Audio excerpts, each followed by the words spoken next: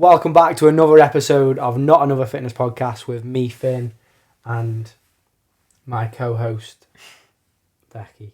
I was going to say side piece, but I'm trying not to say that now. Trying to think of something funny to say, but nice. I've got it in me today. So, today's episode, we're going to get straight into it today. I just want to talk basically about some nutrition myths that I used to believe and had heard. We're going to talk about some that you've heard as well. And we're just going to bust through some of them because I've had a few conversations with a few people over the last few weeks. Basically, there is still some nutrition myths, especially around, that people still fall for. And January is not far around the corner. So you're going to be bombarded with all these myths and absolute bollocks when January comes. So I'm going to prepare you for that by busting these now, and then when that comes and you see them come up on your TikTok, your Facebook, your Instagram, whatever, you can just think, I know that ain't true because Finn told me and he knows what he's talking about. Look at our guest today. We have two guest pussies on the pod. Pussy cats, by the way. No, Actually, Tilly's over there, isn't she? He's a boy. So let's start with some that you've Okay. You obviously you should be pretty well versed now on the myths, but what's some myths that you used to believe before maybe I mean, not even, you met with me, not or maybe even that you've believe, heard? I've just heard. I don't believe this because it's not true. But I don't believe it. I wouldn't do it, but you did it. Me? Yeah, eating raw eggs is better than eating them cooked for protein. Oh yeah, so this is like back in the day. I was probably about 14. Just can you get that mic a little bit closer? Just pull the arm. It's going to ruin. Or just move It's across going a to little ruin bit. my sofa. Or squish my Just so everyone can hear. cats. So yeah, this was back in the day. I was probably about 14. I used to watch all the Rocky films, which you haven't actually seen, have you? No. We need to watch them, don't we? Anyway, I saw on the Rocky films, if you've seen the Rocky films, that he used to drink raw eggs. I guess it wasn't really something I've heard. I think I maybe Googled it and it said something about it digests a little bit quicker, which is probably true, but... You can't say things like that. It either is or it isn't. You can't say probably is. Okay, well... Go and do your research and come back and tell the people the truth. Because it's like raw and it's liquid, it will digest quicker. But I don't really know what benefit you would get from that anyway, even if it did. Other than the fact if it digests a little bit quicker, when you're going to do a workout, you won't throw up. But you'll probably throw up if you do eat a raw egg. So when I was 14, I watched the Rocky films. I saw that Sylvester Stallone was absolutely massive and he drank raw egg. So I thought, if I do that, I'll get massive. And I used to drink a raw egg or two sometimes before a workout every day. And I can't really say... Did you Because you'll shout at me, I can't really say what the... Did you whisk it? No, it was just literally crack the egg. What about Sometimes, no, actually, if you do ever do this, which I hope you don't, because there's no reason for you to, and it's absolutely horrible. If you do whisk it, it's actually harder because imagine a yolk, it goes down in one gulp. If you whisk it and break it up, it's like more harder to swallow, basically. So, making me heat. yeah, so I did eat a few times, but I did actually do it for probably a few weeks and then a month, and then I thought, why the hell am I doing this? Why don't I just stick it in the microwave for 30 seconds? I love scrambled eggs. Scramble it and then eat it before I go to the gym or after or whenever I'm So eating just to it. confirm, the protein content is exactly the same in both. Yes. There you go. If you want protein, you don't have to drink eggs raw. And I would not recommend Scramble it. them or poach them or even add a bit of seasoning to them and you still can Yeah. have 7.5 grams of protein. You can probably guess what the consistency is like by looking at Why it. do you keep going back to that? But just imagine tasting that. Gross. You might have had a taste of something similar before, but it's, yeah. Snot, it's like snot. Yeah, or other body No. Okay. Yeah, anyway, it's grim. So that was for me when I was 14, maybe 15, something like that. That was me doing stupid things. So the reason why I'm telling you this is to say that a lot of people do stupid things. You know, I'm now a nutritionist and teach people nutrition for a job and help them with the diets and losing weight, etc. But I've done loads of stupid things, and the reason why probably I can empathise with most people is because I've done most stupid things. Not all of them. Okay. Number 2. Number 2. He's rattling on, isn't he? Number 2, let's go. Supposed to be quick. Quick fire. If women eat lots of protein, it makes them big and bulky. No, is the answer. Short answer, no. Yeah, absolutely not. This again is still a myth that that women do ask me sometimes, or ask when they're talking about nutrition. So, if I eat loads of protein, or if I'm going to increase my protein, am I going to turn into the Hulk and start throwing my husband around like a piece of meat, or just bouncing him off the wall because I'm absolutely massive? I do that, but... It makes sense that you would think that, because you think like, you know, bodybuilders eat lots of protein. So if I eat lots of protein, I'm going to get absolutely massive. It's quite insulting to the bodybuilder, really. Yeah, the analogy I use to kind of explain this, it's like that. What I always say is, do you think you're going to turn into an F1 driver by just getting in your car? No, you don't, and it's the same. So you're not just going to assume that you're going to be a professional and get absolutely massive. Like bodybuilders commit years and years of their life of training all the time, making sure the diet is meticulous and making sure everything is perfect, and doing that for years and years and years. So when you assume that I'm just going to have a bit of protein for the next week or two, I'm going to turn massive, it's actually offensive maybe to them. But yeah, it's just assuming that you get, you know, if it was that easy, it would be very good. But no, ladies, you're not going to get massive by eating more protein. And in fact, there's loads and loads of health benefits. I'm not going to bore you with them now, but just to say that myth is absolutely load of crap. You will not get massive. Number 3. I'm wrecking my brains here. Eating carbs makes you fat. This is a big one, but yeah, this still goes around now. So when you hear people talk about dieting, I still hear this now. People talking about weight loss, especially. I've cut my carbs out because I want to lose fat. The myth that carbs make you fat is absolutely not true. But where the misconception, there is some science that makes sense where that misconception comes from. So when we eat carbohydrates, it links to about 3 to 4 grams of water in our body. So let's just say you eat a bowl of rice, that bowl of rice attaches to water inside your body. So when that attaches to water, you naturally become heavier. So when you eat more carbs, that absorbs water and you become heavier. So you weigh heavier. That has nothing to do with fat loss and everything to do with you just weighing heavier through water weight. In the same sense, if we take that rice away, so now you're not having that rice, that water doesn't attach to that rice because there is no rice in your body. So then you weigh less on the scales. This is why when people cut carbs out, or cut, like, let's say, for example, a big one is like, I'm going to cut all my bread out. I usually have 2 pieces of toast in the morning and then a sandwich for dinner. Then you weigh yourself 3 days after and you weigh loads less. Well, 1, you've cut out carbs, so you've dropped a little bit of water weight, which I was just talking about. And 2, if you have toast in the morning, a sandwich at night and a couple of pieces of bread with your tea, you've just cut out maybe 40-50% of your daily calories just through cutting out bread. So you probably will lose a little bit of fat from reducing your calories, not by reducing carbs. But does that make sense? Have I explained that well? I wasn't listening because I knew the answer to these, but I'm sure it was. I was thinking of the next one. So yeah, just to sum up, carbs do make you fluctuate your weight up and down because they attach to water inside your body. They don't make you fat. Another one. One of my children actually asked me this the other day, so I hope you're not listening because his language isn't great. But if you are listening, ignore his language. And number 2, eating fat in food automatically goes into fat on your body.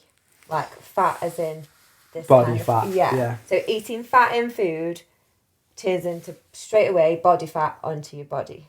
No. Absolutely not. This one, again, when I talk about this, when I do talks and stuff, actually, it is quite confusing because we have fat in food and we have body fat.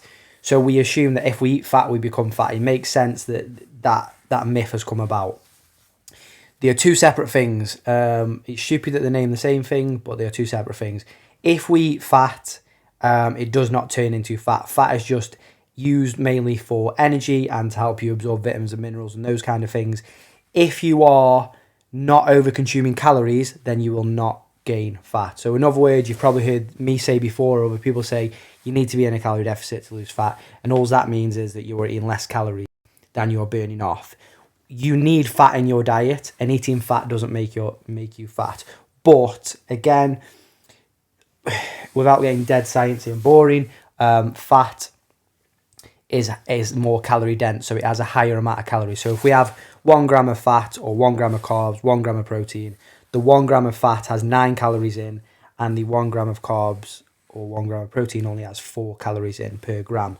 So in other words, fat has higher calories. So if we eat more fat, we can easily overconsume more calories. But it all comes down to how many calories you're having. And we need fats in our diet in order for it to be a healthy diet and us to be healthy. So yeah, fat doesn't make you fat. But yeah, that came about years ago, and that's why a lot of like the low fat yogurts and low fat foods advertising in supermarkets and stuff now, to play on that kind of misconception, is that if I eat low fat, I won't be fat or I will lose fat. It all comes down to calories at the end of the day. Okay. I don't know what number I'm on now. I feel like I'm in a quiz or something. I'm running out of questions. It's eating my brain a little bit, but this maybe not a myth, but maybe could explain. So I've heard a lot of people say it's not the only. Sometimes they do say the only way, but it's not the only way. Like, cardio is the only way to shred fat off your body. To do loads and loads of cardio. So go on, yeah. Yeah, I'll just yeah. So what you're saying is it? So only cardio will burn fat in terms of only exercise. Doing cardio, so running, or maybe is cardio the best way to burn fat, or intense exercise. Let's say HIIT training is a big one as well. Yeah. So yeah, again, absolute crap. I was gonna swear then, but didn't. Well, we're not. So yeah, and again, absolute crap. If we're talking just about fat loss, you do not need to do cardio to lose fat. However, most people do cardio to lose fat because it makes it a little bit easier in the sense that you're burning more calories on a daily basis. But if you are controlling the amount of calories that you eat, you can literally lose fat by just controlling your diet and monitoring how many steps you do on a daily basis and not even stepping foot in a gym. So this is a big thing why I talk to clients when they start, or I just talk to people in general, is that most people get obsessed with going to the gym and what workout should I be doing, or should I be doing cardio, weights, what should I be doing to lose fat. And what the first thing you should probably be doing is looking at your diet and looking at how much you move on a daily basis, i.e. how many steps you're doing. Then you can maybe think about adding exercise into the equation if you have the time. And if you want to do things like, the reason why weight training is so hyped up is because weight training is more about changing the shape of your body and changing your body composition. So this is for ladies and men. For most of you, it's not just about losing fat, it's creating some kind of shape. And, maybe you want biceps or bigger shoulders, or ladies want bigger legs and a bump. You won't do that just through your diet. You need to train those muscles in order to build that shape. But yeah, cardio. Technically, you do not even need to step foot on a treadmill, do any kind of running or any kind of cardio to lose fat. But it makes it easier. It helps. It helps if you do. And also it's good for health and just being fit. Most people at the start of the journey are just focused on fat loss and things. But once you get into it a little bit, you want to be focused on how you feel as well, not just about how you look. So yeah, cardio is a good idea, but you don't need to do it to lose fat. I think 5's my limit. You haven't got any more? I've run out. I've got loads. Should have written them down, then I could have just quiz showed you. I know. Well, I'll say some they were organic from my brain. I will talk about some that have come across in conversations that I've had just in the last few weeks, really. So every time I have a conversation with somebody that asks me these questions, it kind of just reminds me of the fact that these myths are still going about. And, there's nutritionists like me now all over the internet. There's loads of good information over the internet, TikTok, Instagram, whatever, YouTube, of people talking about not the myths and they're giving you the truth. But unfortunately, the reason why these myths and the lies always hang around is because, one, they are slightly believable, and two, you almost, when you're starting out and you want to lose fat, you want to believe them. You want to believe that if I just change this one thing, I will lose loads of fat and all my problems will be solved and I'll look like a model. Nice, right? I've just got to put some lemon in my water. Another one, absolute crap. Lemon in your water does not make any difference to your water or make you more Makes it taste antioxidant or whatever people talk about. It makes it taste like lemon. So yeah, the benefit is it tastes like lemon and it's a bit nicer. And maybe because it tastes a bit nicer, you drink a bit more water, so you're a bit more hydrated. But it won't help you lose fat. Are there vitamins and minerals in a lemon? There's got to be, hasn't there? So you put your lemon in your water. It's got to be. It's fruit, Does hasn't it it? put vitamins and minerals in your water? Yeah, but a very small amount. Like imagine a slice of lemon. I don't know the exact answer. There will be, won't there? But it won't be much really. Negligible. But even that, vitamins and minerals don't help you lose fat. They help you have, get vitamins and minerals in your diet to make you to contribute towards your health. But yeah. So that is another one. Lemon in your water. I've done all the good ones. All these like kind of shakes and drink these like Booty.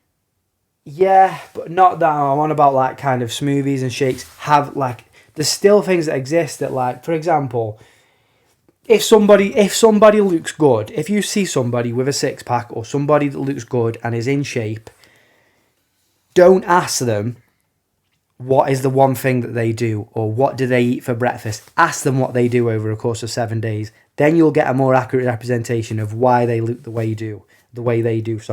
Not just by going, what shake do you have in the morning? And they'll say something like, I have some protein, I put a banana in, a bit of cumin, bit of garlic, and whatever concoction they kind of say, which is, they might enjoy that and that contributes towards their diet and why they look the way they do, but it's one piece of the pie. And it's not the whole story of why they don't tell you that, I'm in the gym every day. I do this many steps every day. Taking it in. Are you listening? And I do all these things. We just want it to be that one thing, and then we kind of copy that because we want it to be that simple. It isn't, In truth, unfortunately. it takes a lot of dedication, doesn't it? A lot of time, a lot of preparation.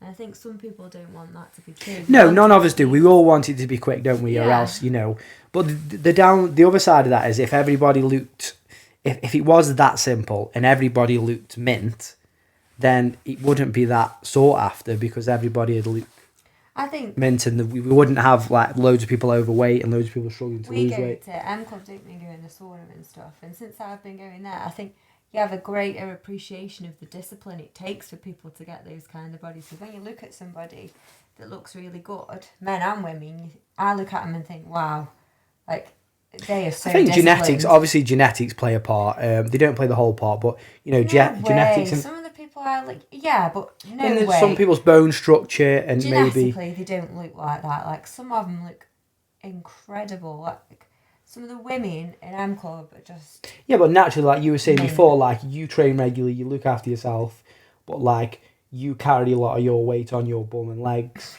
You could never have like you've got some friends who've got really skinny legs. no You've way. never had skinny legs, and that is kind of like genetically like luckily there might be something that that's you've really got. in at the minute. So I'm quite blessed. Yeah, and obviously you're not overweight at all. You look amazing, don't you? But I'm gonna be sick. I know you. I'd never say stuff like that. But yeah, obviously you do look amazing, and That's he's just promoting his own gym. yeah, there's some genetic components like that you won't be able to change. Like it'd be easier for me to get a big bum than it would somebody with a pancake bum. Because I was born. Yeah, with a big you can bum. still put work and do all the right things. I'm not saying you can't change those things, but it's easier for some than it is for others because of genetics. Yeah. And even to a certain extent, when it comes to fat loss as well, because we have this thing where some people genetically have a lower appetite than others. So if you're one of them people, fortunately for you, it's easier to keep weight off because your appetite is lower, so you don't feel a need to overeat. Whereas some people genetically have very high appetites. So then obviously for them to lose weight, it becomes much more difficult because they're kind of battling against their own appetite to lose weight. Another myth that I've just kind of thought off the top of my head, I'm drinking a sugar-free iron brew. The whole sweetener thing, the sweetener thing with cancer, that still goes around now loads. So, You'd be dead by now, wouldn't you? That was- God, yeah, my fridge is full of drink Coke so Zero. many. So yeah, the you've probably heard this. You definitely have. The whole thing that if you have sweeteners, it's going to cause cancer. again, this came from somewhere, but where it came from was massively overhyped and it's now just been disproven. So they gave some rats high levels of sweeteners, and those rats did come up with did develop some cancer, some of them, but they gave them rats massively high doses in compared to their body weight. So imagine how big a rat is, or mice. What was it equivalent to? Like drinking how many cans of pop a day? It was something ridiculous. Something stupid. So like, in order to you have some kind of adverse health risk from drinking sweeteners in drinks or having it in your tea, coffee, whatever, you would have to be having the equivalent for around about this. I should know the exact number, but I can't remember it. It's something stupid like 60 cans of Coke Zero a day. Now, if you are doing that anyway, you've probably got problems. Like, who does that anyway? So if you are doing 60 cans of Coke Zero a day, you're going to be at risk of having something. But if you're doing that anyway, you've probably got... You're going to be weeing a lot, aren't you? You've... Like yeah. 10 cans. You've got issues anyway if you're doing that. So the thing is, a lot of people say, well, I have the sugar one, the full fat one, or whatever you call it, because that doesn't have sweeteners and that isn't going to cause me cancer. It's just been disproven. It does not cause you cancer. There's no research anywhere that says it does, and again, it's just been disproven. So if you are opting for sugar drinks, let's say the Coke versus Coke Zero argument, if you're opting for full fat Coke or full sugar Coke over Coke Zero and your goal is fat loss and weight loss and health, it's a bad idea because you're having more sugar in your diet and more calories in your diet, which means it's going to be harder to lose weight and easier to gain weight. If you're having the sugar-free ones, they've got very little, most of them 0 calories, so it's going to be much easier to maintain your weight or lose weight and be healthier because you're not consuming as much sugar. Cheers. Mic drop. I'm trying to do these concise, but I always babble on. Yeah, another one. I can cut you off if I've got them. But... I could probably talk for ages about. There's loads of these, but I'll just do the main ones. Breakfast is the most important meal of the day. Absolutely not. The word breakfast itself just means your first meal of the day. So the break, your fast means the first meal of the day. And it isn't the most important meal of the day. Where this myth come from is cereal companies like Kellogg's and those kind of things. Marketing schemes. I'm selling cornflakes. What am I going to tell you is the most important meal of the day? Obviously your breakfast, because you eat cornflakes for breakfast. That's where that came from. Then we have the whole thing of like, if the breakfast is the most important meal of the day because it kickstarts your metabolism, makes you burn more calories. Absolutely not true. Here is the only advice I've got for you about breakfast that I give to all of my clients. If you skip breakfast and you're not someone that's hungry in the morning, it's probably a good idea. If you are very hungry in the morning, then having breakfast is probably a good idea for you. Now,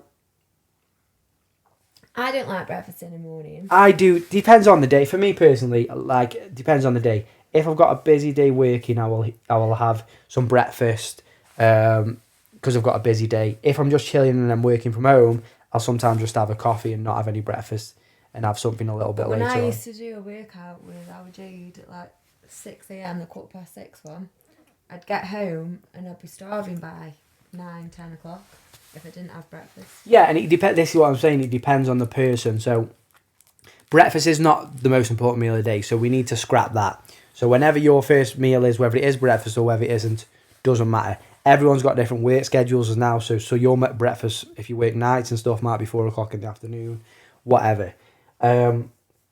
It's personal preference. The timing of your meals depends on when is best for you in terms of you feeling full and stuff.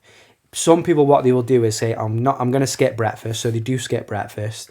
And then it gets to 10, 11 o'clock and they're starving like you probably were after you did that morning workout. And then you end up overeating at 10, 11 o'clock. So it's actually backfired because you've now overeaten rather than just having breakfast, what probably would have tied you over till lunchtime. There's no right or wrong here that you should have breakfast or you shouldn't. And this is the nuance of nutrition, I suppose, is that people want, what should I do? Give me the right answer. And unfortunately, it comes down to personal preference. As long as you are managing your calories over the course of the day, if that includes breakfast in the morning or it doesn't, completely up to you. The argument is if you can skip a meal and not have breakfast, maybe you've got more calories for the day if you like to eat more calories later in the day. But you might eat to have more calories in the morning to fuel you for the day. It absolutely depends on you personally and what your lifestyle's like and when you feel hungry and when you prefer to eat. There you go. So there you go. Breakfast is not the most important meal of the day. You're rambling on Can now. you think of any more? I mean, we could do like a 5-hour podcast on all the bullshit in the nutrition industry, but I just want to do the main ones that have kind of come up recently. They're all the ones I've heard recently. I mean, there's all the kind of supplements out there that we can go into, but some of the top ones off the top of my head. Fat burners, do they actually burn fat? No. I've had fat burners before as well. Again, something that I've done. Basically, what fat burners are something with high levels of caffeine in. And as you know, if you have caffeine gives you more energy or makes you feel like you've got more energy. Gives me the jitters. Yeah, if you have too much of it. So you tend to eat more. Not eat more. Caffeine makes you move more and maybe get more workouts in. Run around like headless chicken. So in doing so, you burn more calories and therefore you lose fat if you are in a calorie deficit as well. So you're managing your food. Maybe it could intensify your workouts. You don't just take fat burners tablets, and unfortunately, how they sound and the name of them sounds like if I eat these tablets, it's going to go into my body and burn the fat, like some sort of mini man with like That'd be nice. some mini man with a flamethrower just burning the fat away around. Do you want some around? Do you want me to get some from around here, Becky? Yeah, I'll get these edges off. Like, that would be amazing, wouldn't it? But they're not. They're just something with high levels of caffeine, give you loads of energy, and then you burn more calories when you have them. Your cheaper options are probably maybe having a coffee or an energy drink. I think I found one you just reminded me of. Go on. That doing particular exercises burns fat from that area. Yeah, again. Like, when they do like the hula hooping to burn the fat around the belly. Yeah, I have taken the piss out of this a lot before, but actually it does... It does make a lot of sense where this comes from because, with training, we think, especially if I want to get my biceps bigger, I will train more biceps, I'll lift more weight, do more biceps, whatever. So it makes logical sense that people will go, if I want to lose fat from an area like my tummy, if I do sit-ups, then it's going to burn that specific area. We know time and time again from research that we can't do this. An analogy that I heard to really help you kind of picture this in your mind is that imagine a swimming pool. The water in that swimming pool represents your body. You making an effort to lose fat, so monitoring your calories, doing some exercise, moving more, is you getting a cup, scooping some water out of that pool and throwing it away. So each time you get a cup out, obviously the pool is getting less and less and less, so your body fat is getting less and less and less. But where you take that, it doesn't matter where you put that cup and take the water out from, which end of the pool or whatever, the whole level just comes down as one. And that's kind of how body fat is. It comes away as one thing. We can't choose where we lose it from, but if we're doing the right things, it will come away from all of us. Do people lose it from certain places before others? Yeah, so like we just talked about genetically, like some women carry more on their bum and the legs. Some might carry more on the tummy and stuff. So I would say when I carry fat, I carry it around probably my bum and my legs. But when I get almost not fat, because I'm not fat, I don't think I'm fat. But when I start going to the higher end of what I like to be comfortable, it starts going around my belly. And I lose my abs, let's say. So when I cut back, I notice a massive difference on my stomach almost straight away. Yeah, so I mean, if you start losing fat, you will notice it probably come away from the most fattest areas, which tend to be, for most men, around the tummy.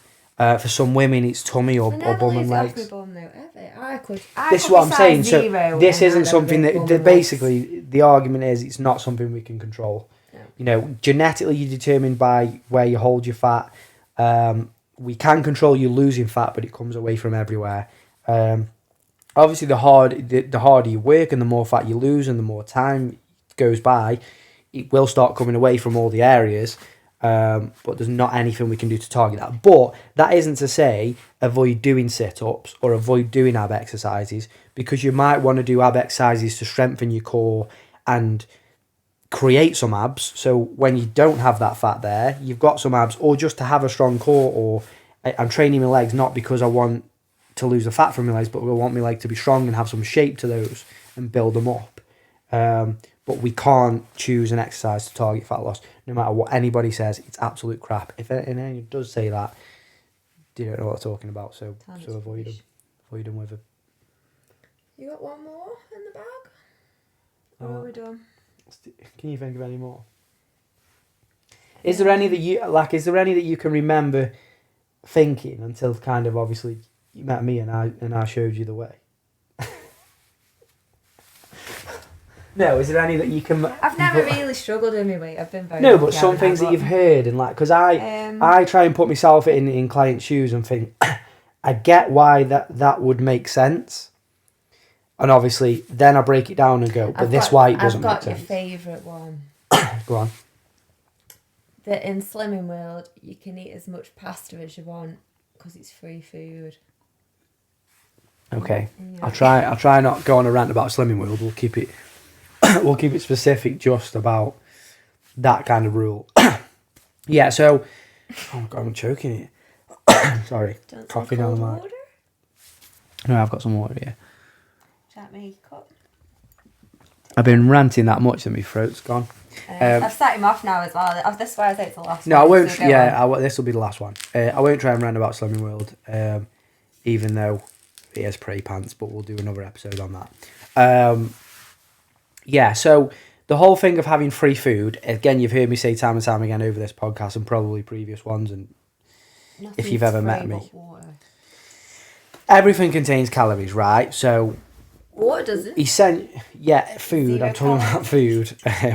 All food contains calories, so essentially we can overeat any food. So saying that certain foods are free is giving people the wrong message, and kind of going against the argument of calories that it all comes down to calories for fat loss, which it does. It's not like a theory; it's like the law. Like the way I explain this in my talks and stuff is that how like gravity is a law and we're not all floating around. It's the same with calorie deficit for fat loss. Like it's not something that someone said. It's a fact, a theory that has been proven time and time again. Anybody who ever loses fat will lose fat because they're eating less calories than they move. How they do that, there's lots of ways to skin a cat. No cat specifically intended to offend. But yeah, there's loads of ways to skin a cat in the sense of doing that, but it all comes down to calories at the end of the day. But so, I would say though, like, knowing what I know now, okay, I understand why, let's say, celery might be a free food, because for me to overeat on celery, it would be very hard. I would struggle. I'd probably be sick before I did it because, I don't really like it, to be honest, but if I ate a lot of celery, it'd be so full I wouldn't be able to consume too much of it. Nobody just eats celery, do they? In the real world. If I ate as much pasta as I could possibly eat, I'd be pushing the top end of my daily expenditure. Yeah, exactly. And the problem is, telling overweight people that they can eat free food is, taking the alcoholics to a pub and saying that you can have as many pints as you want, but only Stally. You can only have Stally, you can't have the others. It's like, okay, we'll just go to town on the Stally, even though we can't have the others.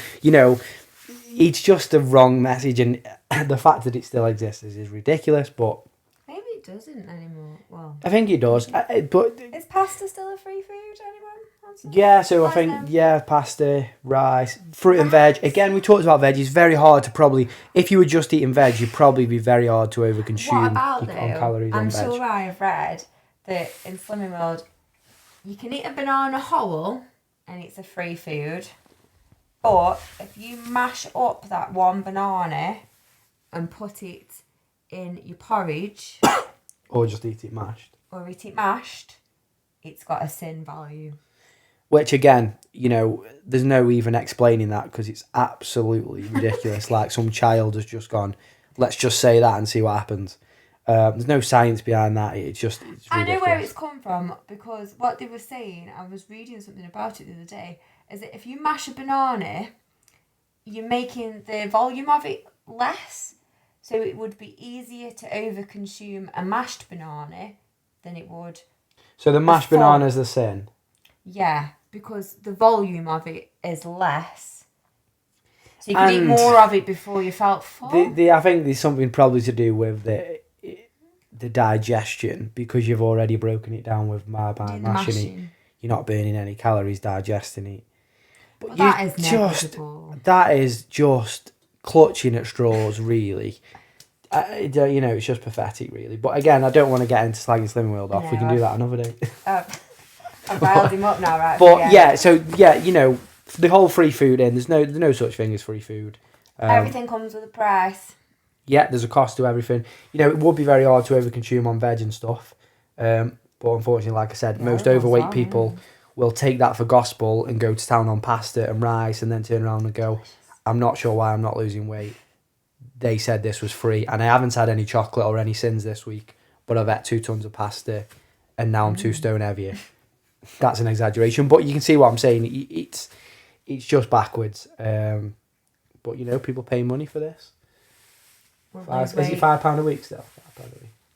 Surely not. No, probably gone up now, inflation, isn't it? Surely not. You won't lose weight on Angie's pasta, would you? The prices. You'd be fat. Yeah.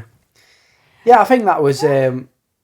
I can't think of it. Well, I can think of more, but I'm not going to... I think we're done there. You've But probably done your whole workout for the day and ready to go in. let us know if you enjoyed this episode, for all the 2 people that do listen to it.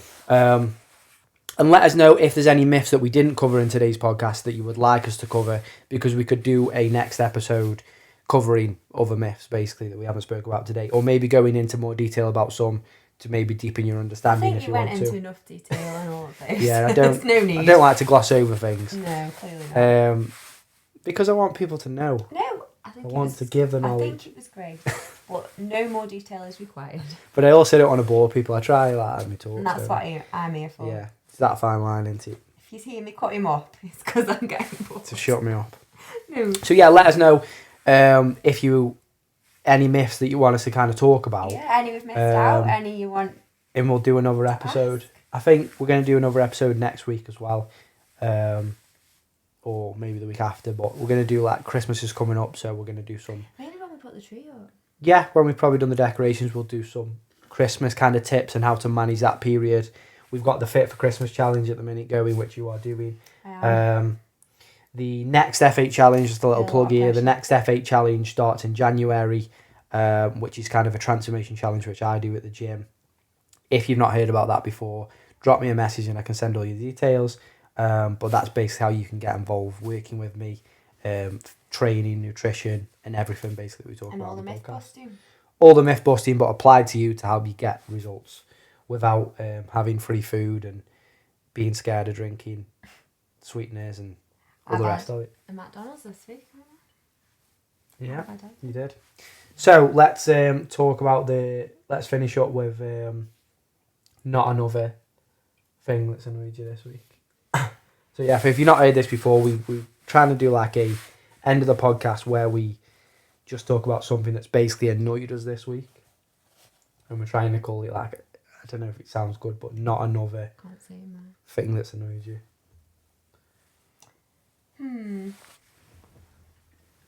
What's annoyed me this week?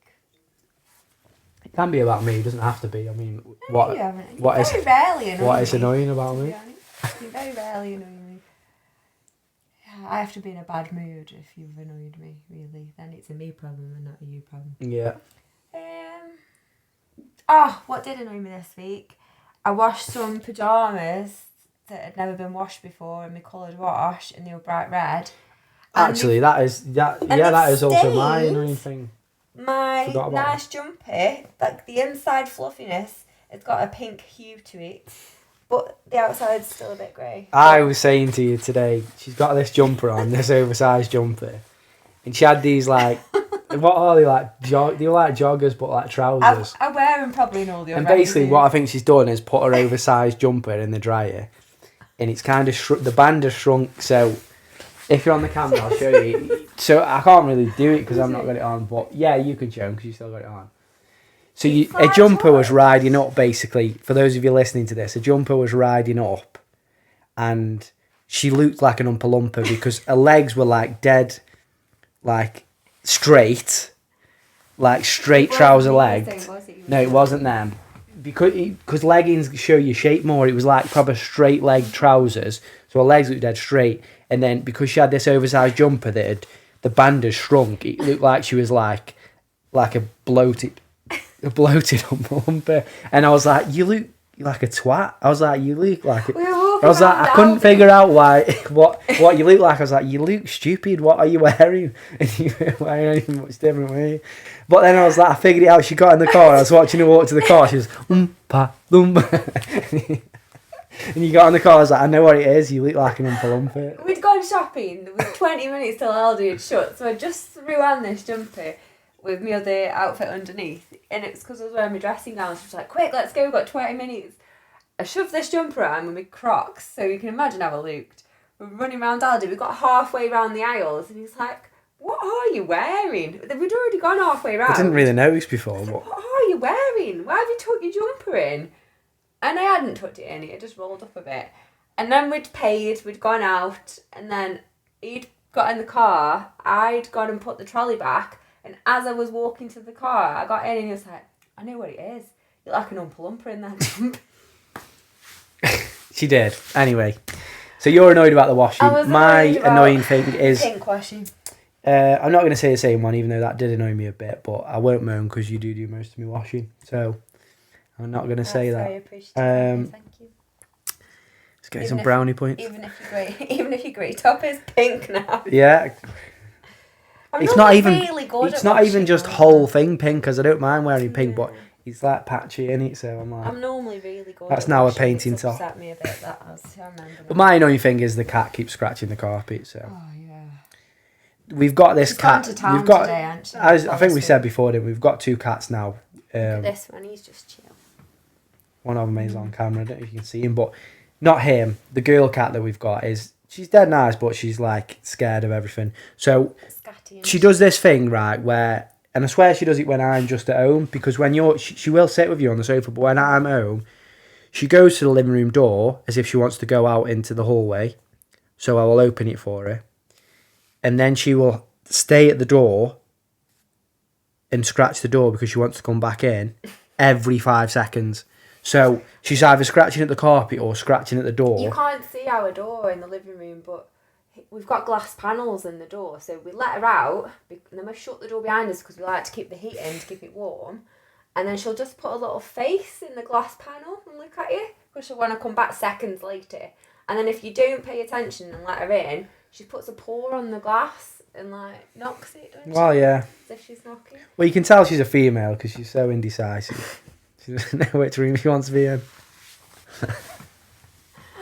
But yeah, that is really annoying. I mean, I do like it, but I think the best thing to do is... No, he's being mean. He said get rid. Put her down all week. He's been nasty. The other one's fine, like the lad, Marley's fine. He just... Anyway, let's leave it there. I think we've ranted enough. Hopefully we've busted some myths for you. Hope you enjoyed that episode. Let us know if you have. If you share this on your story that you've listened to this episode, give us a little review as well, and I'll give you a free Fit with Film water bottle just to say thank you. That sounded really No, that did sound Wow. That sounded really I'll give you a really genuine, a really wow Fit with Film water bottle just to say thank you. See you later.